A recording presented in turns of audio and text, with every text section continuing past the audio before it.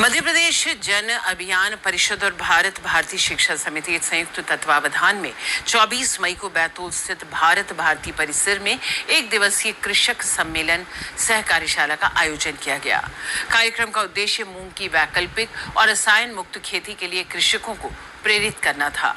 मुख्य अतिथि परिषद उपाध्यक्ष मोहन नागर ने पशुपालन और जैविक खेती को आवश्यक बताते हुए इसे पर्यावरण और मानव स्वास्थ्य के लिए लाभकारी बताया।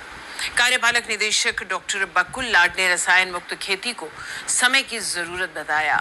कृषि वैज्ञानिकों ने मिट्टी की सेहत, मित्र और शत्रु कीटों की पहचान और जैविक उपायों की जानकारी दी। किसानों ने भारत भारती परिसर की जैविक खेती भी देखी। बैतूल, नर्मदापुरम और हरदा जिलों से आए 100 कृषकों ने हिस्सा लिया और कार्यशाला के अंत में उन्हें प्रमाण पत्र वितरित किए गए।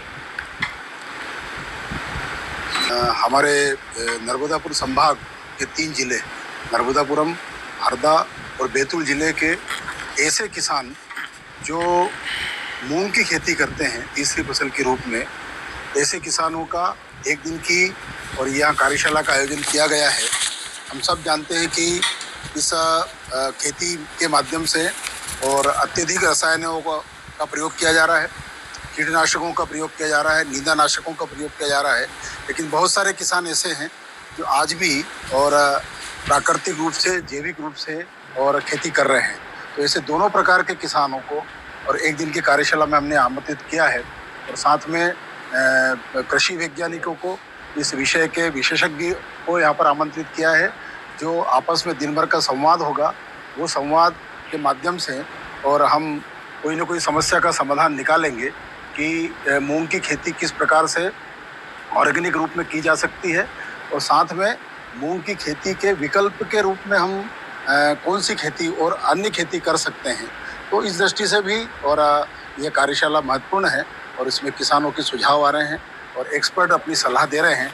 दिन भर में जो भी और इसका परिणाम आएगा वो हम सरकार को भेजेंगे। मैं वर्तमान में पूर्णतः जैविक खेती कर रहा हूँ और इसका मेरा जो अपना व्यक्तिगत अनुभव है, जो पूर्व में जो खेती होती थी उसमें हम बेतहाशा रासायनिक खादों का, दवाइयों का, कीटनाशक हो चाहे नींदानाशकों का जो उपयोग कर रहे थे, इसमें मैंने देखा कि हमारा जो मित्र कीट था, जो प्रकृति के जो जीव थे, वो विलुप्त हो गए और इतना खतरनाक तरीके से जो रसायन का उपयोग हो रहा था उसमें हमारा मित्र कीट केचुआ की बात करें, चाहे अपने बहुत सारे जो मधुमक्खी की बात करें, आज मधुमक्खी एक ऐसा कीट है, अगर वो विलुप्त हो जाए धरती से तो फसलों में अफलन की स्थिति आएगी। जो पर परागण की क्रिया होती है वो मधुमक्खी ही संपन्न करती है। अगर हमारे मेड़ों पे फूल के पौधे ना हो, खरपतवार ना हो, तो ये मधुमक्खी का जो भोजन है वो फूल है।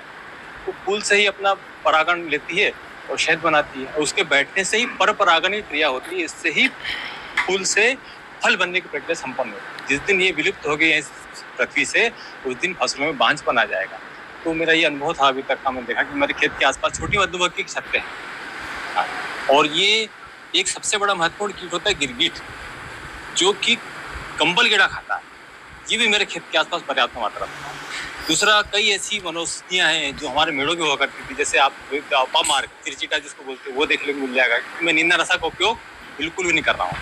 दूसरा, भूई आंवला, दूधी घास और जो जंगल भिंडी जो आजकल गन्ना से गुड़ बनाने काम आती है, वो पर्याप्त मात्रा में मिल जाएगी आपको। तो जितने भी हम देख रहे हैं कि जो जीवन के लिए चाहिए, जो जैव विविधता की बात करें, कई प्रकार के पशु पक्षी हमारे खेतों में आके बैठते हैं।